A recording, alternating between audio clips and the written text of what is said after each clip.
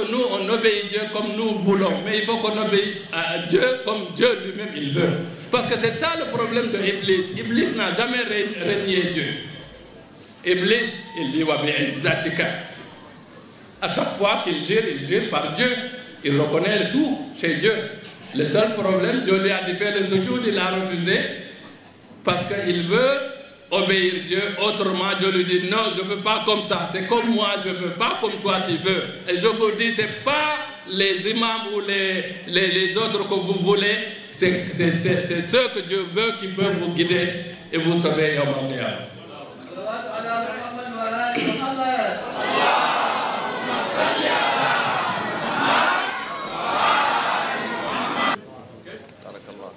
Dans le Coran, Dieu parle des 12 apôtres. Et il dit que ces 12-là, qui sont les successeurs de chaque prophète, doivent être des êtres infaillibles et parfaits. Parce que le prophète il est infaillible et parfait chez nous les Ahlul Bayt. Dans l'école de Ahlul Bayt, on ne dit pas que le prophète est infaillible seulement dans la révélation. Non, nous disons que notre prophète Mohammed, il est parfait et impeccable, il ne se trompe pas. Et quelqu'un qui est infaillible, s'il attrape la main de quelqu'un d'autre, il dit que celui-là, il est infaillible, il le devient systématiquement. Et c'est ce qui s'est passé entre le prophète et l'imam Ali, et Al-Hassan et Al-Hussein. Et Al-Hussein a désigné son successeur jusqu'au 12e imam, qui est l'imam Al-Mahdi, qui est dans l'occultation et qui va réapparaître un jour quand nous aurons essayé tous nos systèmes et qui ne marcheront jamais. Et il viendra pour rétablir la justice. Maintenant, pour vous prouver que quelqu'un qui s'est prosterné pour un idole, ne serait-ce qu'une fois dans sa vie, ne peut pas être khalife d'un prophète. Ce n'est pas Chérif Ali qui le dit, c'est Dieu qui le dit. Dieu dit وَإِذِ ابْتَلَى إِبْرَاهِيمَ رَبُّهُ بِكَلِمَاتٍ فَأَتَمَّهُنَّ قَالَ إِنِّي جَاعِلُكَ لِلنَّاسِ إِمَامًا قَالَ وَمِنْ ذُرِّيَّتِي قَالَ لَا يَنَالُ عَهْدِي الظَّالِمِينَ. C'est Dieu qui a dit à Ibrahim, comme je t'ai éprouvé, je t'ai testé, j'ai vu que ta foi est sincère et solide, j'ai décidé de faire de toi un imam maintenant. Regardez bien, Ibrahim était l'ami de Dieu, il était Khalilullah, il était un prophète, il était un envoyé de Dieu. Donc il avait tous ses grades, mais il y avait une grade qu'il n'avait pas, c'est la grade de l'imam. Donc, la grade de l'imam, si on sépare les grades, elle est meilleure même que la grade de prophétie. Mais le prophète est toujours meilleur parce qu'il est prophète et imam. Donc, Dieu nous dit, quand Ibrahim a dit, Ibrahim, je vais faire de toi un imam, Ibrahim lui a dit, wa min dhurriyati, qala la yanalu ahdi adh-dhalimin. Il dit non. Mon pacte, l'imama, ne peut pas être donné à quelqu'un qui fait le shirk ou qui a fait du péché. Et nous savons tous, al-zalim, dans le Coran, Dieu nous dit inna shirka la zulmun azim. Alors mes frères, sortez-moi un seul compagnon qui ne s'est pas prosterné pour un idole si ce n'est pas l'imam Ali. Pourquoi on l'a appelé Karramallahu wajhahu? C'est parce qu'il ne s'est jamais prosterné pour un idole. L'imam Ali est né dans la Kaaba. Et le prophète, c'est lui qui a lavé l'imam Ali et qui a prédit que quand il va mourir, c'est cet enfant-là qui va le laver. Et exactement ce qui s'est passé.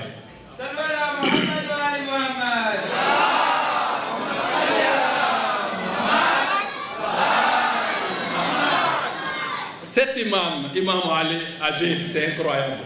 أخفى محبوه فضائله خوفا من القتل والتشريد والتنكيل وأخفى أعداؤه فضائله حسدا وبرز ما بين هاتين ما ملأ الخافقين.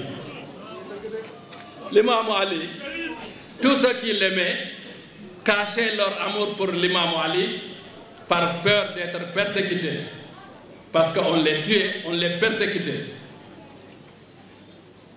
Et ceux qui le détestaient aussi ont caché ses valeurs par jalousie. Mais entre les deux, sa lumière a jailli, a rempli tout ce qui existait entre le ciel et la terre.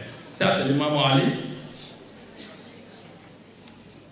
quelqu'un qui veut défendre quelqu'un d'autre auprès du prophète qui n'est pas l'imam Ali, il me fait pitié. Parce que c'est soit il est ignorant, c'est soit il va souffrir parce qu'il n'aura pas des arguments. Cet imam, l'imam Ali, il est né dans la Kaaba, il a grandi dans la chambre du prophète, dans le lit du prophète, il sentait chaque matin l'odeur du prophète. Et il est mort dans la mosquée, dans le mimbar, en martyrisé. Toute la vie de l'imam Ali, c'est ça. Né dans la maison de Dieu, élevé dans la maison du prophète, mort en martyr dans la maison de Dieu. C'est ça l'imam Ali, son histoire. Cet imam, l'imam Ali, un jour, le prophète était assis avec tous ses compagnons. Il causait avec eux. Il y a un mendiant qui est rentré dans la mosquée. Et il y a eu une révélation qui est venue sur le prophète. Et le prophète a dit, appelez-moi le mendiant. On a appelé le mendiant. Il lui a dit, quelqu'un t'a donné les zakat dans la mosquée? Il dit oui. Il se lève avec toute l'assemblée. Il vient, il dit, c'est qui? Le mendiant lui dit, Hadar Rahi, celui qui est en position de prosternation. On lui a dit, ya prophète, qu'est-ce qui s'est passé? Il dit, Nazala alayya Qur'an. Il y a une révélation qui est venue. Dieu dit, Innama waliyukum Allahu wa rasuluhu alladhina amanu alladhina yuqimuna as-salata wa yu'tuna zakata wa hum raki'un. Dieu est votre maître. Après Dieu, c'est son prophète. Après le prophète, c'est ceux qui sont les croyants et qui donnent la zakat en position de prosternation. C'était l'imam Ali. Mais ça suffit pour qu'on comprenne que c'était lui le khalife. Parce qu'il dit, ceux qui sont croyants, et nous savons tous que l'imam Ali est le prince des croyants. Il est Amir al-Mu'minin.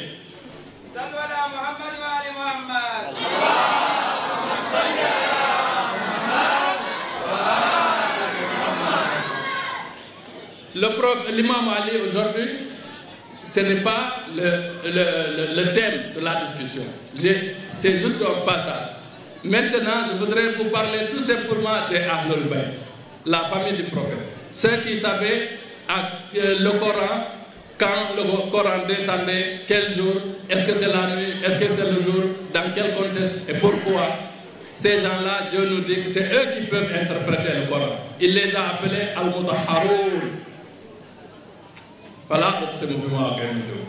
Maintenant, quand il a dit que c'est ces gens-là, il a donné le profil, il a dit Innama yuridu Allahu liyudhiba ankum ar-rijsa ahlal bayt wa yutahhirakum tathira.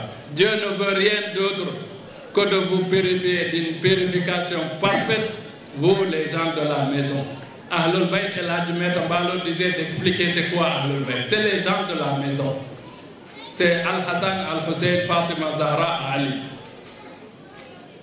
Donc, Dieu a dit qu'il veut les purifier d'une purification parfaite. Il dit que c'est les êtres qui sont purifiés d'une purification parfaite dans un autre verset qui peuvent interpréter le Coran.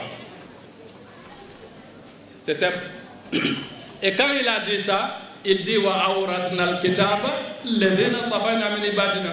Nous avons fait hériter le livre à ceux que nous avons purifiés encore d'une purification parfaite. Tout ça, c'est le Coran. Et après, il dit à tous les musulmans, il dit à tous les musulmans, je ne vous demande pas de salaire pour le prophète, je vous demande juste l'amour envers sa famille.